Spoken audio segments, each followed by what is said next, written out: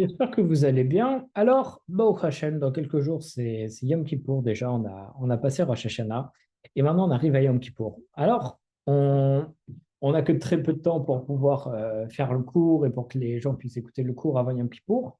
Donc, on va essayer d'aller au maximum dans la profondeur et dans les choses importantes de Yom Kippour. Oh, Yom Kippour, on va pas non plus énormément s'attarder sur ce qu'est Yom Kippour dans le sens où tout le monde connaît les interdits de Yom Kippour, c'est les mêmes que Tisha B'Av, et en plus de ça, il y a les interdits de Shabbat, c'est qu'on n'a pas le droit de manger. Et à vrai dire, tout le monde se focalise beaucoup dans Yom Kippour, c'est quoi? C'est le jeûne de Kippour. Yom Kippour, c'est on doit jeûner pendant 25 heures, c'est ça la difficulté, et c'est ça tout le lien autour de Yom Kippour. Faut pas oublier les autres interdits, on porte pas de chaussures en cuir, on n'a pas de relation, on s'enduit pas d'huile et de crème. Donc, il y a aussi d'autres interdictions auxquelles il faut faire attention, mais le grand Inyan, pour tout le monde, c'est justement le jour de jeûne. En réalité, ce qui est extraordinaire, c'est que ce grand Inyan, c'est aussi un des Inyanim principaux. On dit que c'est un Inyan qui compte énormément, voire qui compte plus que la prière. Pourquoi? Parce qu'on voit que on a une catégorie, Rajab, je déteste dire ça, il y a des personnes qu'on appellerait les juifs de Kippour, ou les personnes qu'on voit à la synagogue une fois par an et seulement à Yom Kippour. C'est aussi un petit peu sous le ton de la blague qu'on dit ça. Mais ce qui est extraordinaire, c'est que ces personnes, même si elles ne sont pas forcément religieuses, elles jeûnent quand même à Yom Kippour et elles viennent à la synagogue. Le fait de jeûner, c'est le fait de réussir à se priver de nos besoins primaires, de boire et de manger. Et ces besoins, c'est pas seulement qu'on a ces besoins, c'est qu'aussi on en a envie. On a envie de boire, on a envie de manger. C'est pas comme si je disais aujourd'hui je gagne pas d'argent, c'est pas grave, demain j'en gagnerai. Non, manger et boire, on en a envie, on en veut maintenant, on en a besoin, on se sent affaibli. Et tous les juifs, quasiment tous les juifs, bon, espérons tous Bezrat Hashem, ils prennent sur eux de retirer ce besoin et cette envie le jour de Yom Kippour. C'est-à-dire qu'ils captent quand même l'importance.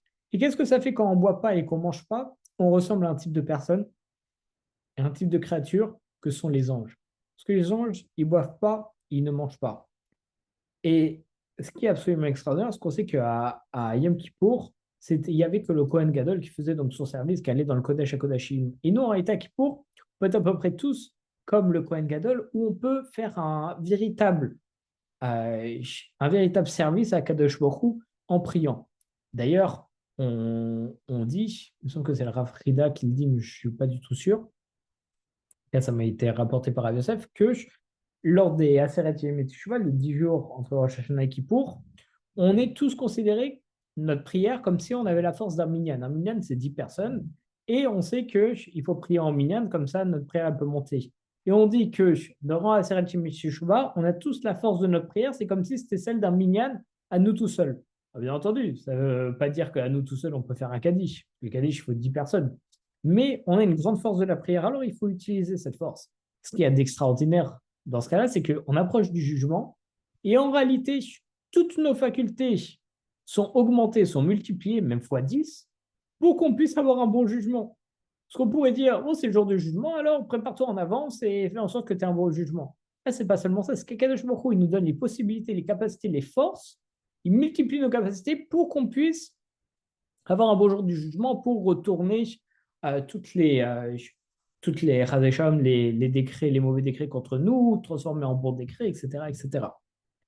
Et il y a énormément d'histoires par rapport à ça, par rapport à Yom Kippour, des histoires de Moussard et d'encouragement que je voulais bien qu'on voit un petit peu ensemble aujourd'hui, puisque, comme on a dit au début du cours, on n'a pas énormément de temps. Et le Inyan, c'est que avec une histoire, ça peut tout de suite pénétrer le cœur. On peut faire des enseignements, on peut citer des Gemara, on peut aller très loin, sauf que je pense que c'est intéressant, juste avant Kippour, de réussir à avoir quelque chose qui nous touche.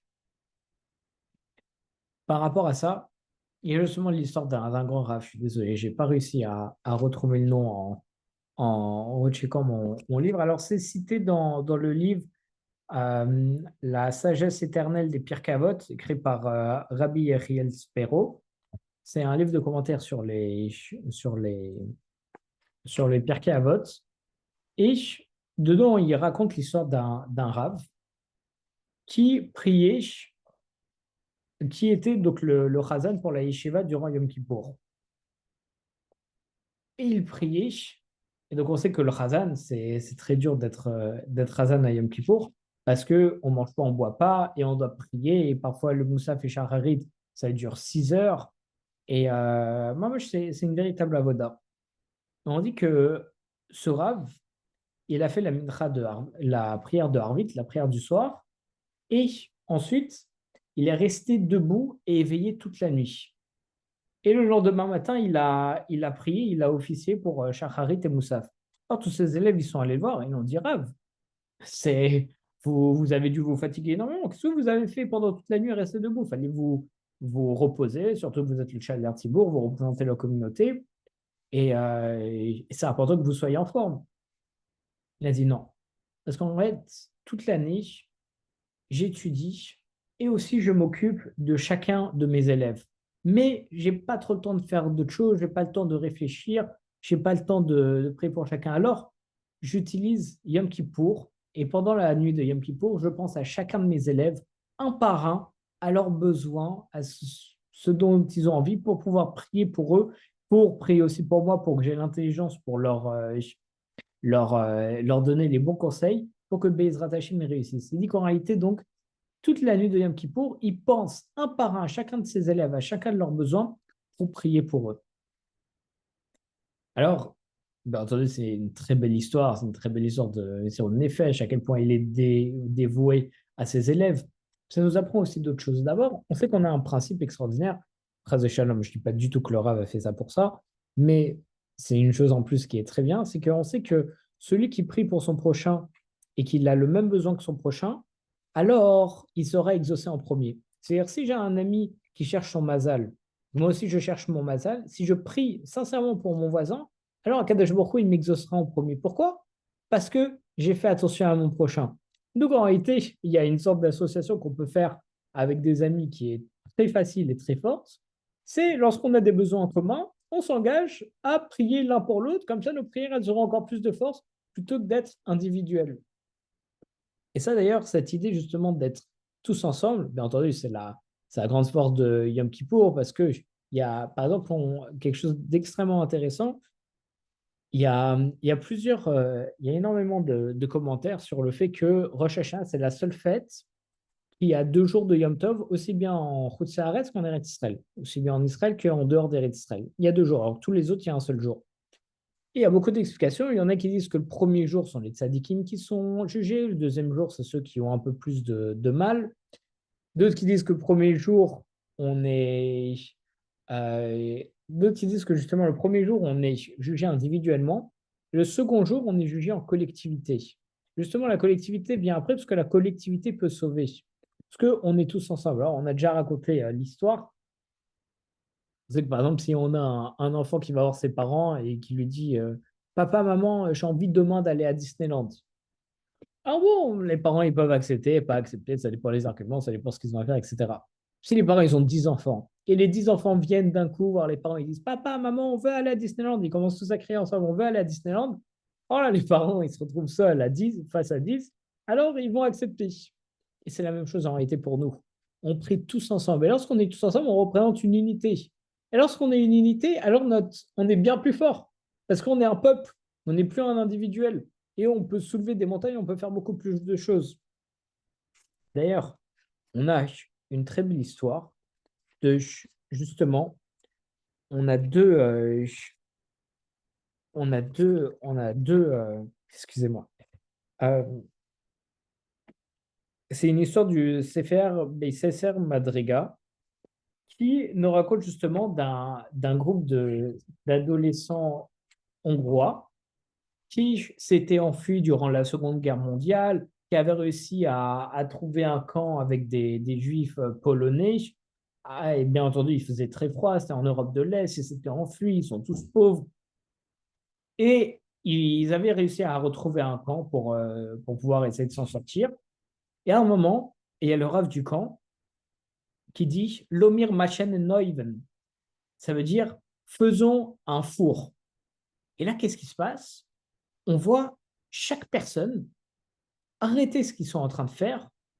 Toutes les personnes du camp, tous les juifs, il y en a un qui était en train de travailler, l'autre qui faisait à manger, etc., etc. Ils se sont tous arrêtés. Ils se sont regroupés tous ensemble. Ils ont formé un cercle, puis un cercle autour du cercle, encore, encore, encore. Et après, il répète match even, faisons encore un cercle. Et en réalité, les personnes se rassemblaient, se serraient encore plus. Et après match even, le cercle du milieu, il sortait et il devenait le cercle extérieur. Et à chaque fois, ça se remettait comme ça. Comme ça, ceux qui étaient à l'extérieur, ils passent au milieu, et ceux du milieu, ils passent à l'extérieur. Et en réalité, les enfants, ils ont compris que grâce à ça, en faisant ça, chacun se réchauffait les uns les autres. Et ils créaient en fait un four géant en se réchauffant avec la chaleur corporelle. Et ça, ce qui est extraordinaire avec cette histoire, c'est que seuls, on ne peut pas faire ça. C'est-à-dire, s'ils étaient seuls, Shalom, dans justement dans cette Pologne où il faisait froid en Europe de l'Est à cette époque-là, alors Shalom, il serait mort de froid au sens littéral.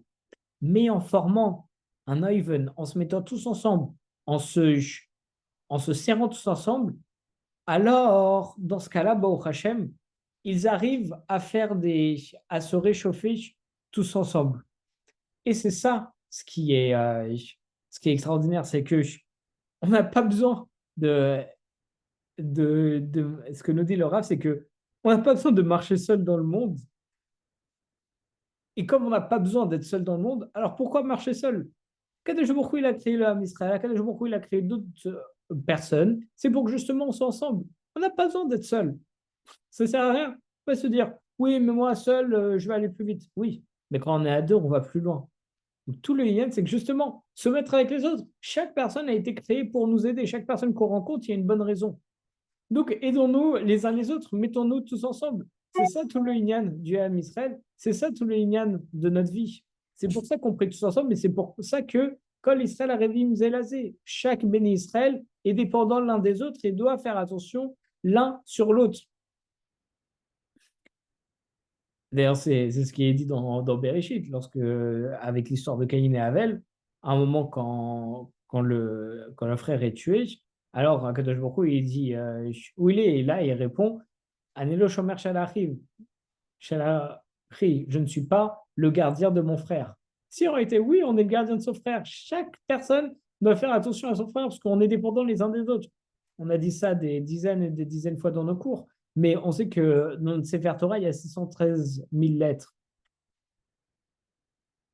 Excusez-moi, pas 613. Euh, Waouh, excusez-moi, il est tard. Je suis un petit peu fatigué. Euh, Combien il y a eu déjà de béné Israël qui sont sortis d'Égypte? 600 000. 600 000, voilà, pas 613. J'ai confondu avec les mitzvot. Et en réalité, on dit que dans le Sefer Torah, il y a 600 000 lettres. Et ce qui correspond donc à chaque béni Israël, on sait que dans un Sefer Torah, s'il manque une seule lettre, s'il y a une seule lettre effacée ou mal écrite, tout le Sefer Torah, il n'est pas soude. Il n'est pas caché, on ne peut pas lire dedans. De là, on voit que s'il manque un juif, alors tout le peuple juif, il n'est pas saoul. On n'est plus le peuple juif, on est 599 599 juifs individuels. Mais si on est tous ensemble, alors dans ce cas-là, on est le peuple juif. Et le peuple juif, c'est le peuple élu, c'est le peuple choisi par Akadosh Baruch Hu, c'est le peuple qui est dans la prophétie, c'est le peuple qui réussira, qui aura Mashiach, etc. Mais pour ça, il faut être un peuple. Si on n'est pas un peuple, ça ne peut pas marcher. Et la bracha, justement, ça vient toujours des autres.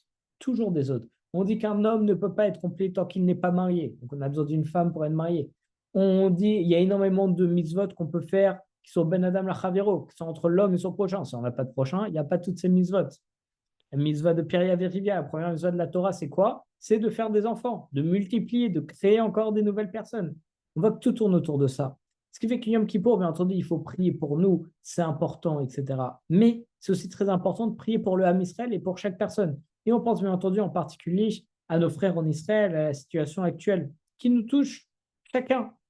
Et d'ailleurs, il y a eu un cours de Rav Yosef où il nous disait que chaque chose qui se passe dans le monde, c'est pour nous apprendre quelque chose. Alors, malheureusement, Chaz et Shalom, on pourrait dire que peut-être on se comporte un petit peu mal en ce moment, c'est pour ça qu'on a des mauvaises choses. Mais Akadosh Baruch Hu, toujours, il nous envoie des alertes un petit peu éloignées, et si on ne s'en rend pas compte, il rapproche les alertes. Et donc, il y en a qui pourraient dire que, justement, Akadosh Baruch Hu, il a créé la guerre en Ukraine avec la Russie, ce qui est terrible, et on ne s'est pas réveillé. Akadosh Baruch Hu, il nous a montré ça pour dire, regardez, je peux vous emmener la guerre, ça peut être terrible, il faut faire tes chevaux. Mais on n'a pas fait attention, et donc, Rav Shalom, selon certains, donc c'est pour ça qu'on a eu la guerre en Israël, donc maintenant ça nous touche directement. On voit que ça commence même à s'éparpiller par tout le monde, parce qu'en Israël, énormément de personnes ont fait des chouva, en route l'arrête aussi, mais pas tout le monde. Donc, déjà, Makadosh Baruch Hu, il peut répondre encore plus. C'est pour ça qu'il faut faire attention à chacun. Il faut aussi s'aider les uns les autres pour aider à faire tes chouvas, pour aider à. Je dis pas qu'il faut commencer à aller voir les personnes qui font Chaz Shalom pas Shabbat et leur dire oui, tu fais pas Shabbat, t'es un mécréant, tout le monde compte sur toi et pourtant t'es pas là et tout. Chaz Shalom, c'est pas du tout comme ça qu'il faut agir. D'ailleurs, combien il y a d'histoires où justement il y a des fils rebelles qui ne veulent pas faire la religion, qui commencent vraiment à se rebeller contre la Torah. Et justement, la seule solution pour pouvoir les remettre dans le droit chemin, c'est quoi? C'est par l'amour. C'est à chaque fois. Je m'en souviens très bien d'une histoire où il y a un fils d'une famille religieuse qui est devenu pas du tout religieuse. Il était invité Shabbat à la maison et c'était vendredi soir et il arrive en retard avec ses clés de la voiture, avec son téléphone, etc., en pleine table de Shabbat. Et ses parents, ils ont rien dit. Et son père, au contraire, il a dit, mon fils, mon chéri, ça va? Tu veux que je te serve à manger? Qu'est-ce qui te ferait plaisir? Et en réalité, le fils était choqué qu'il n'ait eu aucune remontrance. Et même, il s'attendait à avoir des remontrances. On cherche un petit peu. Son père n'a rien dit. Et au contraire, il l'aimait, il lui a montré de l'amour. Et par ça, ça a extrêmement bouleversé le fils. Et il a vu quel amour avait son père pour lui.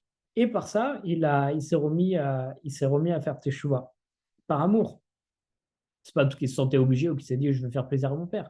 Non, c'est qu'il a senti ce que c'était vraiment la religion, la Emouna et Akadosh Baruch Hu. Tout est toujours fait pour le bien.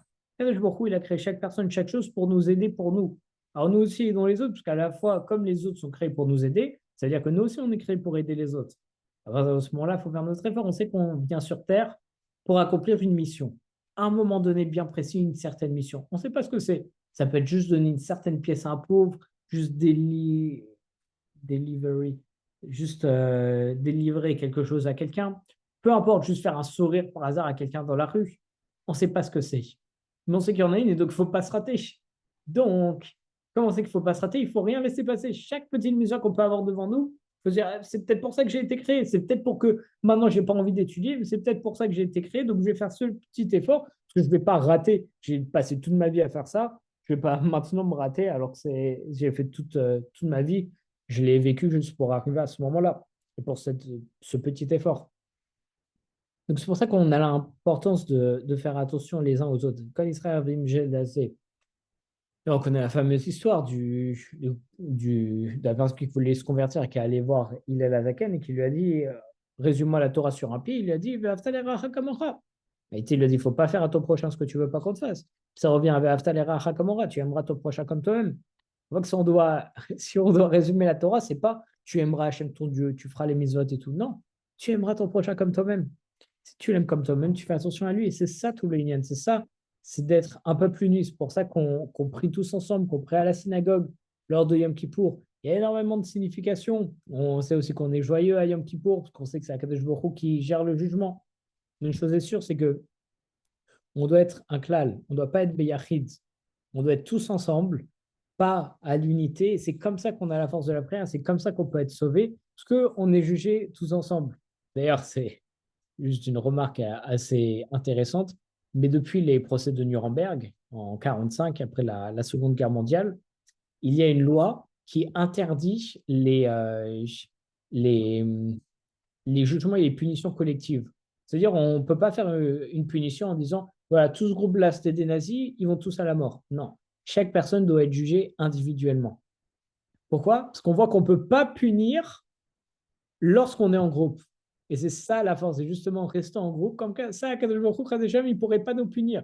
Bien entendu, Kadosh Baruch Hu, il fait ce qu'il veut, mais dans l'idée, justement, en étant ensemble, il ne peut pas nous donner une punition de groupe, parce que si chaque personne est particulière, alors oui, on va juger chacun en particulier, mais aussi par rapport au groupe. D'ailleurs, je suis allé manger chez quelqu'un par hasard à Rosh Hashanah, et il m'a fait un Dvar Torah extraordinaire, Rav Tibi, où il m'a dit que ceux sur qui le rabbi me repose, donc ceux qui sont des manis, qui sont un peu des leaders, ou bien qui font du bien au rabbi, mais le rabbi a besoin d'eux. Le rabbi, c'est plusieurs personnes, c'est entre guillemets le peuple, le public, voilà, c'est le public. Alors, eux, ils sont forcément sauvés. Pourquoi? Parce que le rabbi a besoin d'eux. Alors, même s'ils ont fait des avérotes ou des choses qui ne vont pas, étant donné que le rabbi a besoin d'eux, alors Dieu, il les sauve du jugement pour que le rabbi puisse continuer de profiter d'eux. Et aider le rabbin, ça peut être quelqu'un qui a un bal chesed, qui a l'habitude de donner la tzedaka. Alors même si Chas Shalom, il fait beaucoup d'avérotes à côté, bah, comme les pauvres ont besoin de lui, alors Akadosh Baruch Hu, il le laisse vivre, il le laisse avec des bons jugements pour qu'il continue à aider les personnes. Mais le rabbin, mais quelqu'un qui aide le rabbin, ça peut être autre chose. Ça peut être un chazan, ça peut être quelqu'un qui s'occupe de la communauté, ça peut être quelqu'un qui fait des actions, ça peut être quelqu'un qui fait des cours. Du moment qu'il en fait profiter un maximum de personnes, alors cette personne a un mérite tel que ça le protège. Pourquoi? Parce que c'est une clé importante pour le peuple, pour tout le monde. Et à partir du moment où on devient important et un maillon de la chaîne, alors on ne peut pas juste retirer le maillon parce que sinon toute la chaîne va tomber et ce n'est pas ce qu'on veut. C'est pour ça que, il faut faire attention à toujours faire attention à son prochain. Il faut prier pour son prochain Yom Kippour, bien entendu, prier pour nous. Et comme ça, chacun, on peut prier les uns pour les autres et on se retrouve vraiment comme un peuple uni. C'est pour ça aussi que, donc, avec le type de juif qui va à la synagogue une seule fois par an à Yom Kippour, c'est génial parce qu'ils font vraiment partie du peuple, entre guillemets, bien entendu qu'ils font partie du peuple. On dit que c'est quelque chose d'extraordinaire, que chaque personne a la même part dans la Torah. C'est tiré des versets. Chaque personne a la même part de la Torah. C'est-à-dire, le grand Rav, il a la même part dans la Torah qu'une personne pas religieuse. D'ailleurs, il y a une histoire, mais bon, malheureusement, je ne suis pas sûr de réussir à la retrouver comme ça instantanément. C'est justement l'histoire avec un grand Rav qui parlait avec une personne qui n'était pas religieuse. Et à un moment, personne pas religieuse, il a fait quelque chose qui a déplu au grand Rav. Alors, le grand Rav, il a dit, sortez-le de là, je ne veux plus le voir.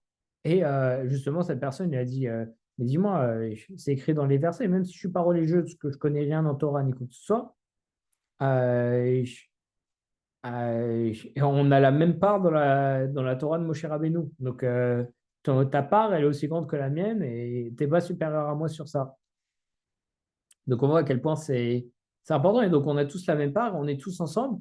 Et donc, même les juifs qui ne sont pas très religieux, au moins, ils vont à la synagogue, ils prient, ils sont en communauté, font partie de la communauté, partie du groupe, parce qu'on est tous ensemble face au jour du jugement, tous ensemble face à Kadosh Baruch Hu pour qu'on soit jugé favorablement, qui plus être, et Avinu Malkenu. Avinu Malkenu, c'est une contradiction, parce qu'on dit qu'Akadosh Baruch Hu, c'est Avinu, c'est notre père.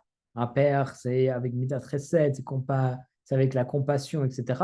Mais c'est Malkenu, c'est notre roi. Le roi, c'est Midat Hadin. C'est le jugement, il doit être strict, même si c'est quelqu'un de sa famille, il peut pas faire de concessions ni quoi que ce soit. Mais on dit qu'Akadosh Baruch Hu, c'est Avinu Malkenu, c'est à la fois notre père, notre roi, c'est le roi du monde, oui, mais c'est aussi notre père, donc il peut nous arranger. Et si on prie bien et qu'on prie sincèrement et qu'on lui demande sincèrement, alors Akadosh Baruch Hu, il nous envoie.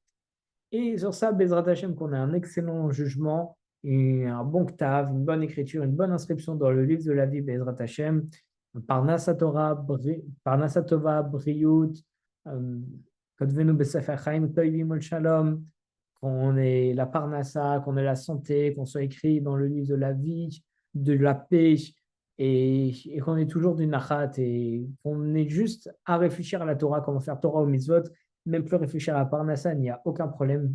Chas Shalom, Bezrat Hashem, et Bezrat Hashem, Gmar Khatima Tova tout le monde. Pas le tout.